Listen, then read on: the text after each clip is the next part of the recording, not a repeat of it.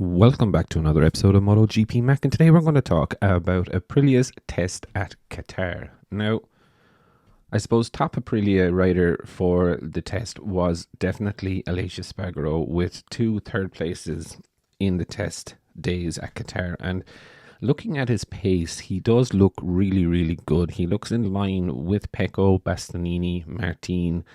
So it is really definitely encouraging to see that he still has the speed, but he has seemed to click with the bike. Now, is he going to be a championship contender?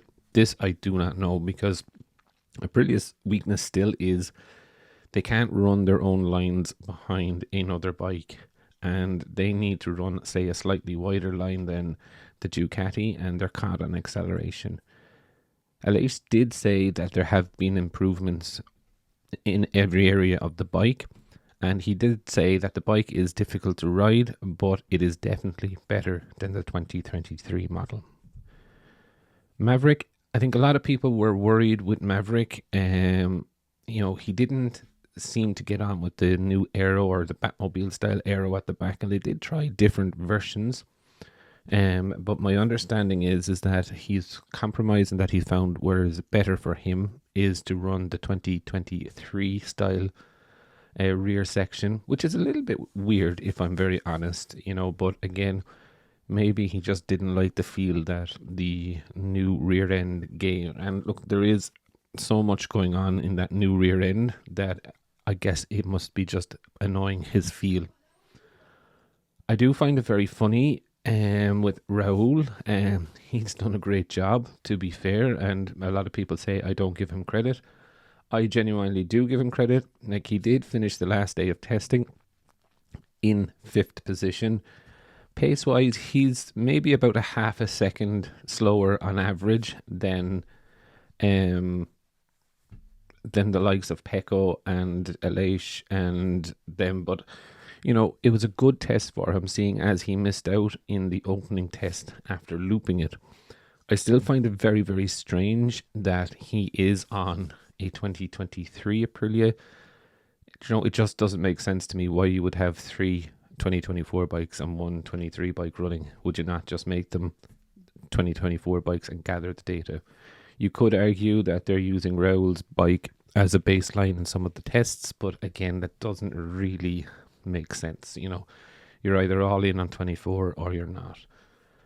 I suppose the major worry for me is Miguel Oliveira. While he did have a better day on the second day in Qatar, his lap times just don't seem to be there. Like, he is over a second on average slower than the 3 other Aprilia riders.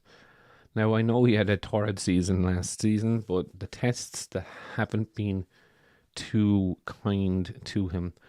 And again, he was languishing down in 17th, 18th, 19th, 20th places for majority of it. He did do a good lap. But again, I am worried that is he not getting what he needs from that factory bike? Does he need, or does he have a similar problem to Maverick Vinales, but is not getting the parts first or the attention first?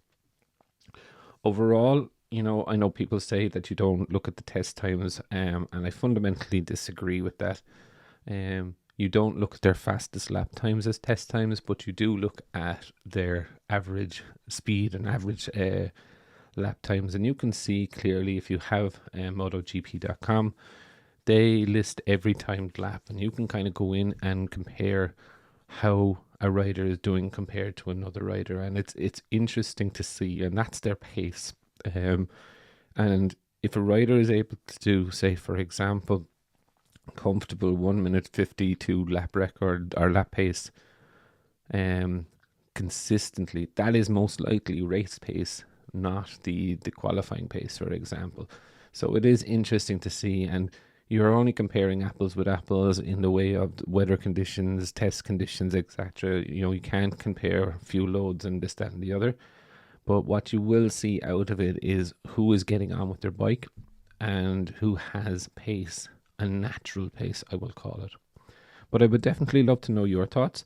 What do you think of Aprilia's test in Qatar? Definitely leave your thoughts in the comments below, and I'll be back again tomorrow with another video.